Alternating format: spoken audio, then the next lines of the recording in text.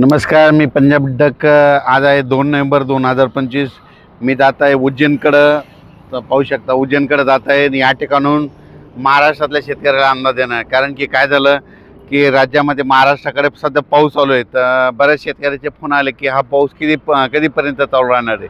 तर महाराष्ट्रातल्या शेतकऱ्याला सांगू इच्छितो की आज 2 नोव्हेंबर, काही ठिकाणी 3 नोव्हेंबरपर्यंत पाऊस राहील, काही ठिकाणी 4 नोव्हेंबरपर्यंत पाऊस राहील, म्हणून हा अंदाज लक्षात घ्यायचा.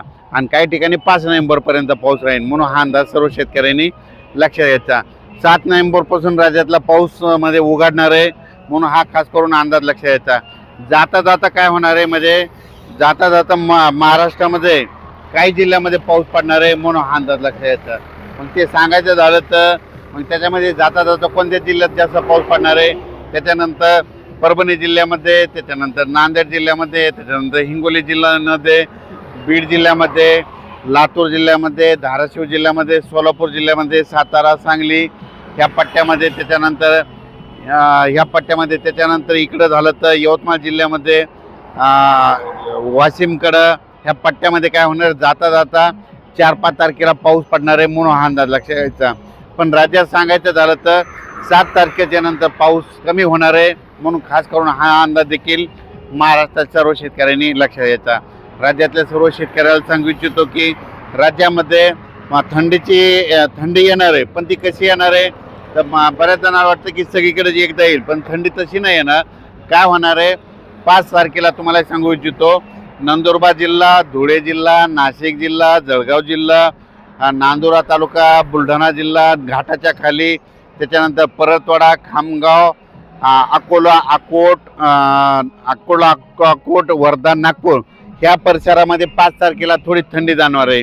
ती थंडी काय होणार आहे, 6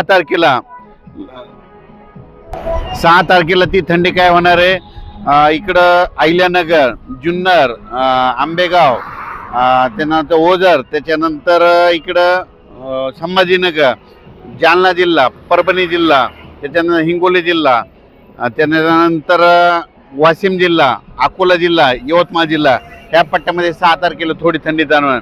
7 तारखेला ती थंडी परत काय होणार आहे, परभणीकडे या परिसरामध्ये येणार. आणि 8 तारखेला परत राज्यात बऱ्याच ठिकाणी थंडी जाणवण्याला दिसणार, म्हणून हा अंदाज लक्षात द्यायचा. म्हणजे सांगायचं झालं तर राज्यामध्ये आणखीन फक्त मी म्हटलं होतं ना, 4 तारखेपर्यंत राज्यात भाग बदलत विखुरलेला स्वरूपाचा पाऊस पडणार आहे, म्हणून हा अंदाज लक्षात द्यायचा. म्हणजे 4 तारखेपर्यंत राज्य सर्वदूर नाही, फक्त विखुरलेल्या स्वरूपाचा पाऊस असणार आहे, म्हणून हा अंदाज लक्षात द्यायचा. 7 तारखेनंतर राज्यातला बऱ्याच ठिकाणचा पाऊस निघून गेलेला दिसेल, म्हणून हा देखील अंदाज सर्व शेतकऱ्यांनी लक्षात घ्यायचा. आता याच्यानंतर 4, 5, 6 तारखेला राज्यात धुके देखील येईल, म्हणून हे देखील सर्व शेतकऱ्यांनी लक्षात घ्यायचं.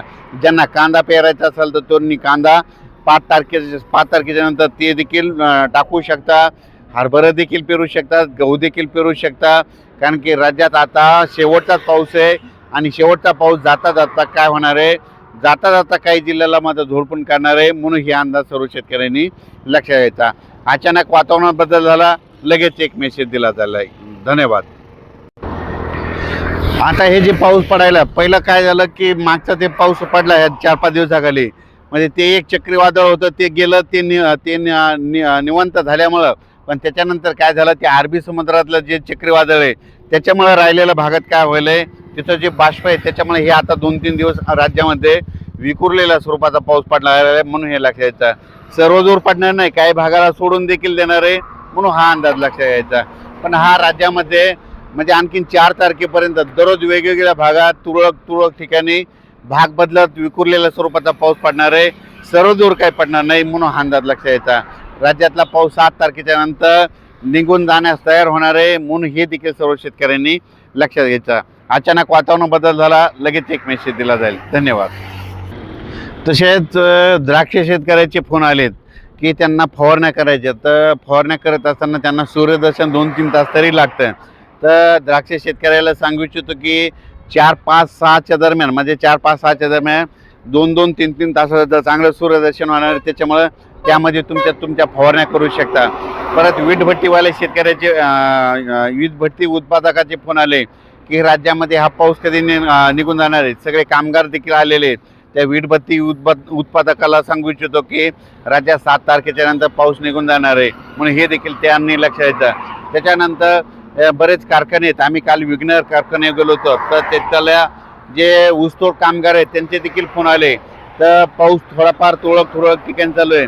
तर ऊसतोड कामगारांना सांगू इच्छितो की आणखीन तुम्हाला 2-3 दिवस म्हणजे 4 तारखेपर्यंत या तुरळक पावसाला सामोरे जावं लागणार आहे.